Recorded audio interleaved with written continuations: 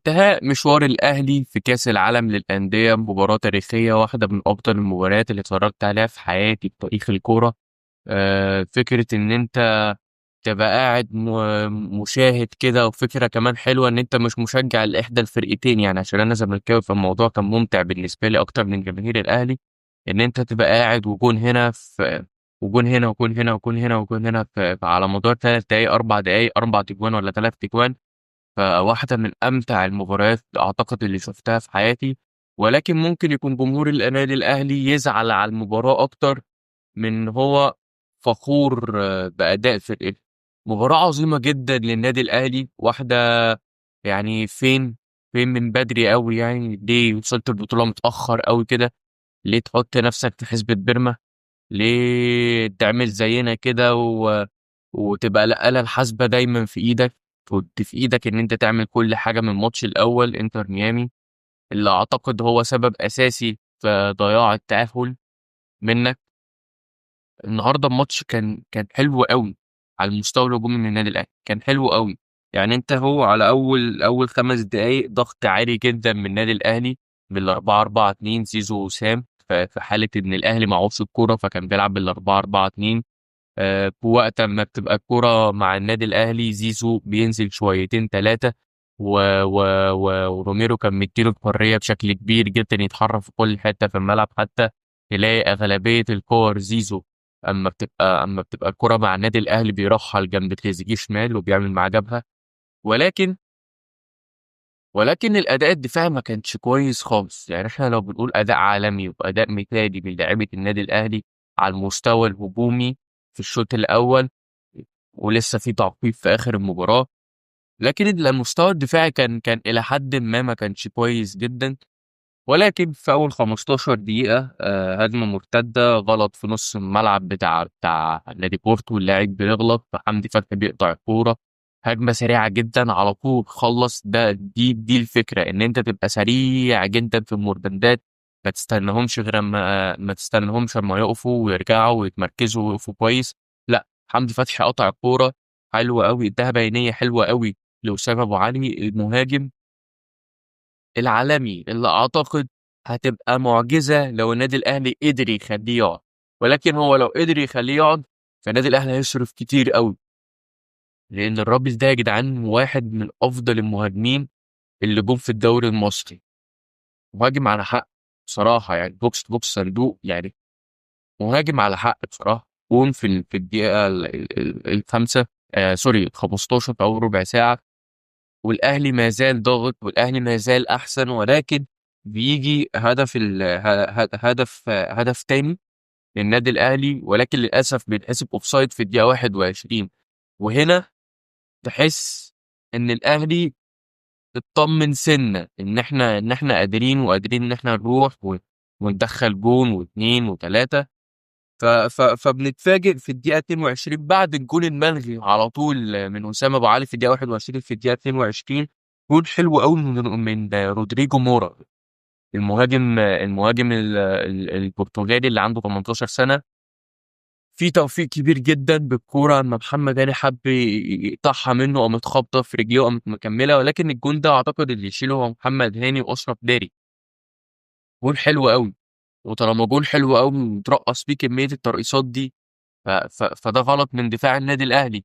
ما كانش ينفع تخلي المساحة مفتوحة كده قدامه. حتى ما المساحة كانت ضيقة واتنين واقفين قدامه، الراجل قدر ان هو يعدي بالكورة.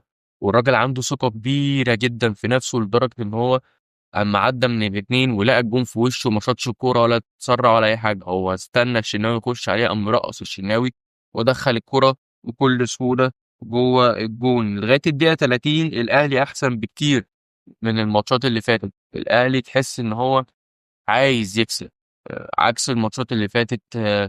الاهلي لسه في الشوط الاولاني بس الاهلي عكس الماتشات اللي فاتت كتير جدا ان هو ما وقعش في الشوط الثاني بدنيا، ما وقعش خالص. ودي حاجه تحسب للاعيبه النادي الاهلي. ولكن بتيجي بقى في الدقيقه 34 وهو خروج حمدي فتحي للاصابه ونزول ديانج. ديانج يا جدعان ما يقعدش. ديانج من اول يوم رجع في النادي الاهلي، ومش مش انا لوحدي، مصر كلها بتقول كده. ولكن المدير الفني للنادي الاهلي كان عنده معتقدات تانية. ديانج ما ينفعش يقعد يا جدعان. الراجل قوة بدنية وقوة تكتيكية جبارة جبارة. ما يقعدش أبدا لحمدي فتحي، ما يقعدش أبدا لأي حد. يعني على رأي امبارح كابتن رفاقي، شو امبارح بقى يعني 3 ساعات 4 ساعات، بيقول لك ده يتحط وبعد كده تشكيلة الأهلي كلها تترص عليهم. حقيقي يا جدعان، ما يبقاش عندك قوة جبارة كده وما تقدرش تستفاد منها في ال3 ماتشات. والله أعلم هو هيقعد ولا هيمشي. هيرجع الدوري السعودي تاني.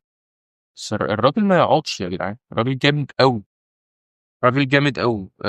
في الدقيقة 37 تريزيجيه، كورة خطيرة جدا. أما بتاع بورتو اتغلط والجون قام طالع لتريزيجيه. حسين الشحات النهارده على فكرة بقدم ماتش كان حلو إلى حد ما كانش سيء. فمهم إن الكورة دي تريزيجيه كان من باب أولى إن هو يبصيها لحسين الشحات اللي كان عامل تحركات كويسة جدا في الماتش على فكرة. ولكن تريزيجيه للأسف طمع فيها شاط الكورة، ولكن كان قدامه خرسانة مش جون. كان قدامه جون واتنين مدافعين، فبالتالي الكرة خبطت وخرجت. ولكن بتيجي بقى في الدقيقة 46 ضربة جزاء عملها زيزو. بيخش وسام أبو علي بدون تأليف بدون أي حاجة بدون خناقة على ضربة الجزاء.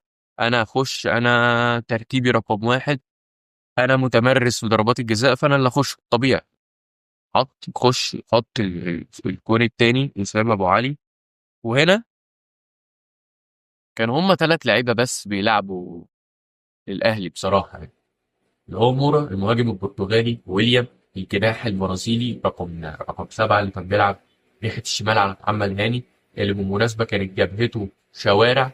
ولكن في آخر الشوط الثاني قدم أداء كويس محمد هاني وصامويل. ال3 دول الحقيقة اللي كانوا بيلعبوا النادي الأهلي النهاردة. بداية الشوط الثاني بالدقيقة 46 بتيجي كورة خطيرة جدا لصامويل، ما بيقدرش إن هو يجيبها بتوفيق جدا، بتوفيق كبير جدا من ربنا للنادي الأهلي. ولكن مفيش بعدها ب4 دقايق على طول كورنر في الدقيقة 49. الراجل اللي عامل زي مقطوبة يعني، الراجل يتساب لوحده خالص خالص في الكورنر. طلع هو بيفكرني كده بستايل لوكاكو، يعني هو جسمه لو ملا سنة هيفكرني بستايل لوكاكو. طلع هوب كورنر ساروم، مفيش أي حد جنبه. 2-2. وهنا بقى بتيجي متعة الماتش.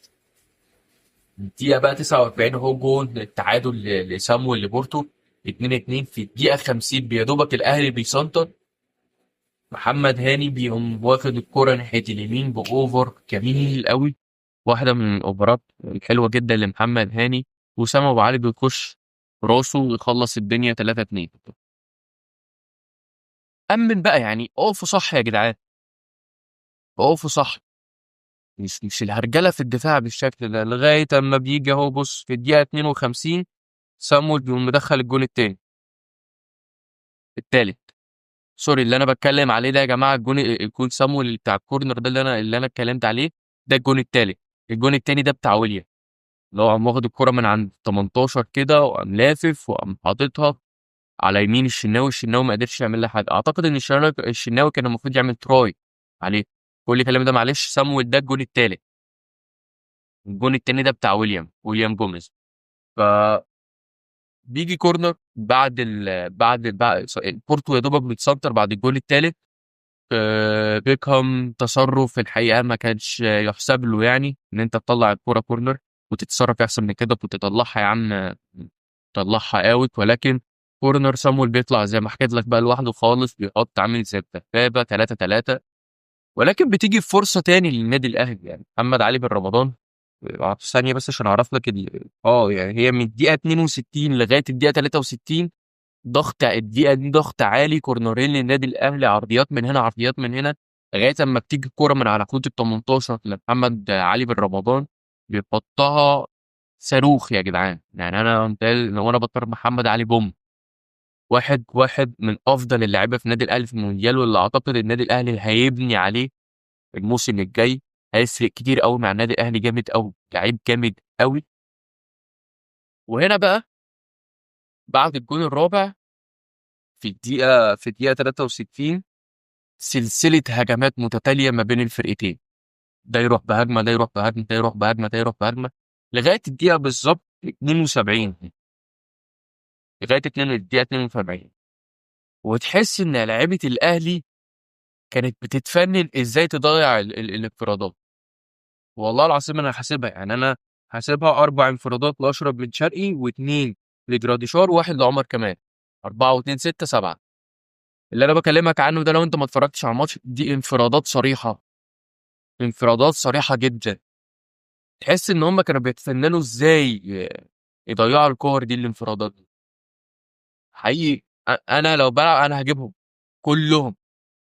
انفرادات غريبه جدا، وتحس سبحان الله ان ربنا عمال بيقول لك يلا خلص، يلا خلص، خد الفرصه دي ضاعت، طب ما فيش مشكله، خد الفرصه دي ضاع، خد فرصه كمان. 7 هجمات، واشرف بن شرقي مش عارف، اشرف بن شرقي النهارده كان ايه ده؟ كان في حاجه غريبه خالص.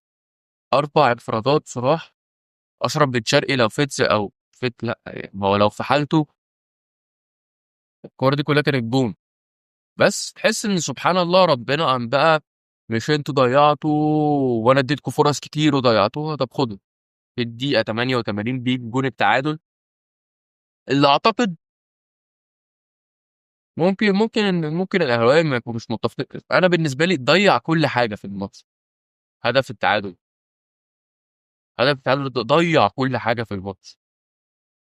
وخلاص بقى تحس بقى ان ايه، الهجمات اللي الاهلي راحها بعد ال4-4 حلاوه روح كده، حلاوه روح. وبرده على العلم في انفرادين، مش انفرادين، كور خطيره، كورتين جون بعد الجون الرابع بتاع بورتو في الاخر.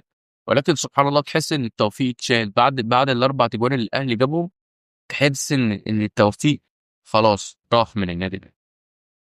آه ماتش وجهة نظري يزعل اكتر ما هو يبسط بالاداء.